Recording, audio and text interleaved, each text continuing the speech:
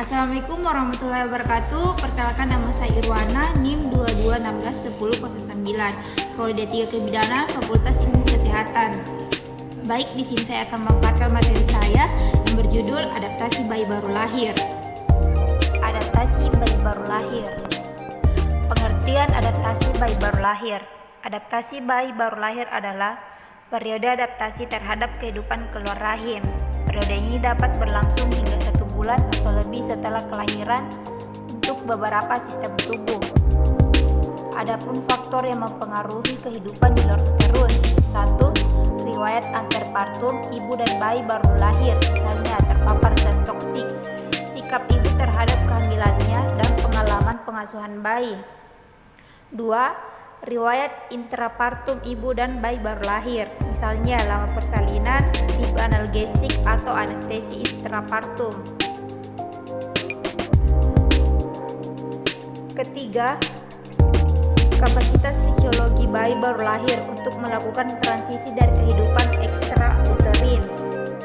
4. Kemampuan petugas kesehatan dalam mengkaji dan merespon masalah dengan tepat pada saat terjadi. Adapun sistem termoregulasi, bayi baru lahir belum dapat mengatur suhu sehingga akan mengalami stres dengan adanya perubahan lingkungan. Saat bayi masuk ruang bersalin, masuk lingkungan yang dingin, suhu dingin menyebabkan air ketuban menguap lewat kulit sehingga mendinginkan darah bayi. Pada lingkungan yang dingin, terjadi pembentukan suhu tanpa mekanisme menggigil merupakan jalan utama bayi yang kedinginan untuk mendapatkan panas tubuh. Pembentukan suhu tanpa mekanisme menggigil merujuk pada penggunaan lemak coklat untuk produksi panas. Timbunan lemak coklat terdapat pada seluruh tubuh, mampu meningkatkan panas sebesar 100%. Adapun sistem gastrointestinal, sebelum lahir janin cukup bulan akan mulai menghisap dan menelan. Refleks gumoh dan batuk yang matang sudah mulai terbentuk dengan baik pada saat lahir. Kemampuan bayi cukup bulan menerima dan menelan makanan terbatas. Hubungan esofagus, bawah dan lambung belum sempurna sehingga mudah gumoh, terutama bayi baru lahir dan bayi muda. Kapasitas lambung terbatas, kurang dari 30 cc untuk bayi cukup bulan. Kapasitas lambung akan bertambah bersamaan dengan tambah umur. Usus bayi masih belum matang sehingga tidak mampu melindungi diri dari zat berbahaya. Kolon bayi baru lahir kurang efisien dalam mempertahankan air dibanding dewasa, sehingga bahaya diare menjadi serius pada bayi baru lahir.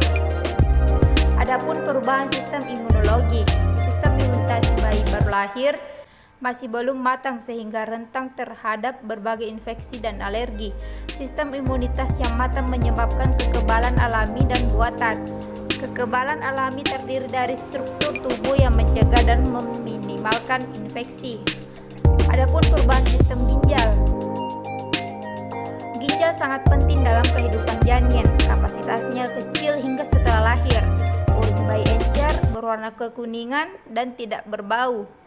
Warna coklat dapat disebabkan oleh lendir bebas, membran mukosa, dan udara asam akan hilang setelah bayi banyak minum.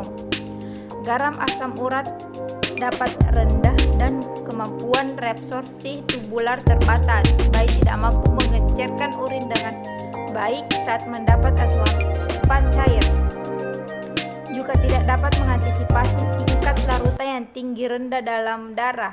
Urin dibuang dengan cara mengosongkan kandung kemih secara refleks. Urin pertama dibuang saat lahir dan dalam 24 jam dan akan semakin sering dengan banyak cairan. Adapun mekanisme kehilangan panas pada bayi terdiri dari A. Konduksi adalah kehilangan panas pada tubuh melalui kontak langsung antara tubuh bayi dengan permukaan yang dingin. Meja, timbangan, tempat tidur yang temperaturnya lebih rendah dari tubuh bayi akan menyerap panas tubuh bayi melalui mekanisme konduksi apabila bayi diletakkan di atas benda-benda tersebut. B. Konveksi akan kehilangan panas tubuh yang terjadi saat bayi terpapar udara sekitar yang lebih dingin. Bayi yang dilahirkan akan ditempatkan di dalam ruangan yang dingin akan cepat mengalami kehilangan panas. C. Evaporasi adalah kehilangan panas akibat penguapan cairan ketuban pada permukaan tubuh oleh panas tubuh bayi sendiri. Hal ini merupakan jalan utama bayi kehilangan panas. Kehilangan panas juga terjadi jika saat lahir tubuh bayi tidak segera dikeringkan atau terlalu cepat dimandikan dan tubuhnya tidak segera dikeringkan dan diselimuti. Deradiasi adalah kehilangan panas yang terjadi karena bayi ditempatkan di dekat benda-benda yang mempunyai suhu tubuh lebih rendah dari suhu tubuh bayi. Bayi dapat kehilangan panas dengan cara ini karena benda-benda tersebut menyerap radiasi panas tubuh bayi walaupun tidak bersentuhan secara langsung. Adapun pencegahan infeksi: 1. Asepsis atau teknik aseptik. 2. Dekontaminasi. 3. Antisepsis. 4. Mencuci dan membilas. 5. Disinfeksi. 6. Disinfeksi tingkat tinggi.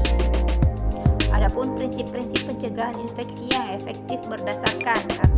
Setiap orang, ibu bayi baru lahir, penolong persalinan harus dianggap dapat menularkan penyakit karena infeksi yang terjadi bersifat asimptomatik tanpa gejala. 2. Setiap orang harus dianggap berisiko terkena infeksi. 3. Permukaan tempat pemeriksaan, peralatan dan benda-benda lain yang akan dan telah bersentuhan dengan kulit tak utuh, selaput mukosa atau darah harus dianggap terkontaminasi sehingga setelah selesai digunakan harus dilakukan proses pencegahan infeksi secara benar. 4. Jika tidak diketahui apakah permukaan, peralatan atau benda lainnya telah diproses dengan benar, harus dianggap telah terkontaminasi. 5. Risiko infeksi tidak bisa dihilangkan secara total, tetapi dapat dikurangi hingga sekecil mungkin dengan menerapkan tindakan-tindakan pencegahan infeksi yang benar dan konsisten. Adapun rawat gabung. Rawat gabung adalah pelayanan yang diberikan kepada bayi baru lahir ditempatkan bersamaan ibunya dalam satu ruangan. Rawat gabung dimaksudkan agar bayi mudah diamati dan dijaga serta dijangkau oleh ibunya setiap saat, sehingga memungkinkan pemberian ASI kepada bayi sesuai dengan kebutuhannya. Adapun manfaat rawat gabung bayi bagi ibu: 1. Memenuhi hak ibu dan bayi untuk berada di samping ibu setiap saat, meningkatkan ikatan batin antara ibu dan bayi melalui sentuhan fisik segera setelah lahir saat menyusui. 3. Mengurangi kekhawatiran ibu terhadap kondisi bayinya. 4. Ibu dapat segera merespon bayi. 5. Ibu lebih sering menyusui tanpa terjadwal. 6. Ibu memperoleh dukungan suami dan keluarga dalam pemberian ASI. 7. Ibu berpengalaman dalam merawat payudara dan cara menyusui yang benar. 8. Ibu dan keluarga memperoleh pengalaman dan cara merawat bayi baru lahir. 9. Meningkatkan rasa percaya diri ibu untuk merawat sendiri bayinya. 10. Ibu dapat mengamati dan menjaga bayinya setiap saat.